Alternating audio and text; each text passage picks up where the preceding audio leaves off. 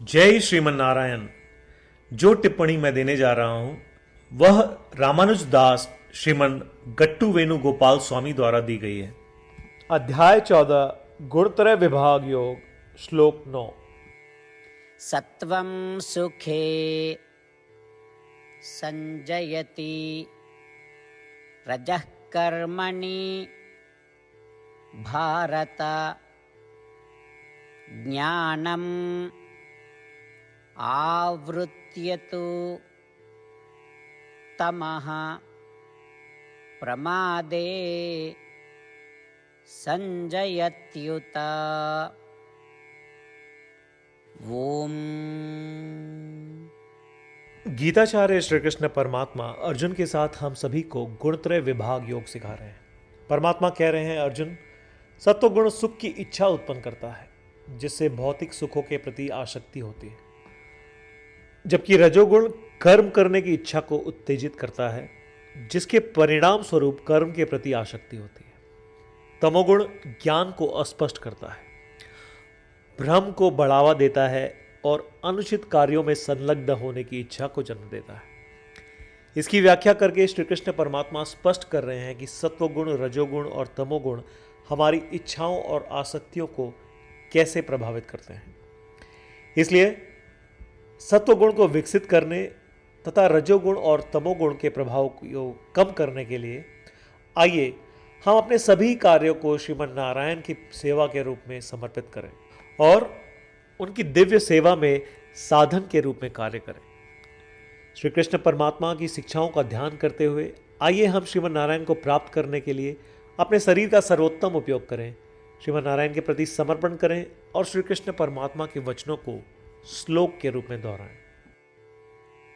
सत्वं सुखे संजयति रजः कर्मणि भारत ज्ञानमावृत्यतु तमः प्रमादे संजयत्युत। श्रीमद् भगवद गीता का संपूर्ण सार श्री कृष्ण परमात्मा द्वारा अध्याय 18 श्लोक 65 से 70 में 8 कार्य करने के लिए दिया गया है। श्री कृष्ण कहते हैं, मुझे वे लोग पसंद है जो इन 8 बातों का पालन करते हैं। मैं उन भक्तों की हर प्रकार से रक्षा करूंगा। श्री कृष्ण परमात्मा द्वारा बोली गई संपूर्ण भगवत गीता को सुनने के बाद अर्जुन कहते हैं, करिष्ये वचनम तव, जिसका अर्थ है, कृष्ण, मैं वैसा ही करूंगा जैसा आप कहेंगे। यही कारण है कि श्री कृष्ण ने अर्जुन को सभी प्रकार की सफलताएं और जीत प्रदान की है। आइए परमात्मा को वचन दे कि हम इन 8 कर्मों का पालन करेंगे।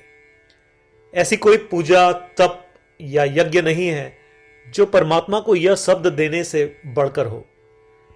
मैं कहूंगा कि ये 8 प्रतिज्ञाएं हमें करनी चाहिए। कृपया आप सभी इन्हें अपने दिल और दिमाग में सोचें। इस प्रकार श्री कृष्ण को अपना वचन देते हुए आइए हम सभी श्री कृष्ण के सुंदर चेहरे को खुशी से चमकते हुए देखें और आनंद का अनुभव करें। जय श्रीमन नारायण। ये है हमारे 8 वचन। हमारा पहला वचन, हे श्रीमन नारायण, जैसा आपने निर्देश दिया मैं हमेशा आपका ध्यान करूंगा और आपके बारे में सोचूंगा। हमारा दूसरा वचन, हे श्रीमन नारायण, जैसा कि आपने सलाह दी मैं हमेशा आपका भक्त रहूंगा। हमारा तीसरा वचन, हे श्रीमन नारायण, मैं अपने सभी कार्य आपकी सेवा के रूप में और आपकी संतुष्टि के लिए करूंगा। हमारा चौथा वचन, हे श्रीमन नारायण, जैसा कि आपने अनुसरण करने के लिए कहा था, मुझे पूरा विश्वास है कि मैं आपका हूं और मैं हमेशा अपने हाथ जोड़ूंगा और आपको नमस्कार करूंगा। हमारा पांचवा वचन, हे श्रीमन नारायण, मुझे आपके शब्द मामेकम शरणम व्रज याद आते हैं जो आपने सिर्फ और सिर्फ आपको ही समर्पण करने को कहा था। श्रीमन नारायण, मैं केवल आपके प्रति समर्पण करता हूं। हमारा छठा वचन, हे श्रीमन नारायण, मुझे आपके शब्द मां शुचः याद आते हैं कि आप हमें शोक न करने का आश्वासन दे रहे हैं। मैं अब शोक नहीं करूंगा। हमारा 7वां वचन। हे श्रीमन नारायण, आपने हमारे लिए श्रीमद् भगवत गीता देकर हम सभी पर कृपा की है और आशीर्वाद दिया है। मैं कम से कम एक श्लोक पढ़ने या सुनने का वादा करता हूं। हमारा 8वां वचन। हे श्रीमन नारायण, आपने सारी मानवता को गीता प्रदान की। मैं गीता में आपके दिव्य शब्दों को उन भक्तों तक फैलाने का प्रयास करूंगा जो गीता से अपरिचित हैं।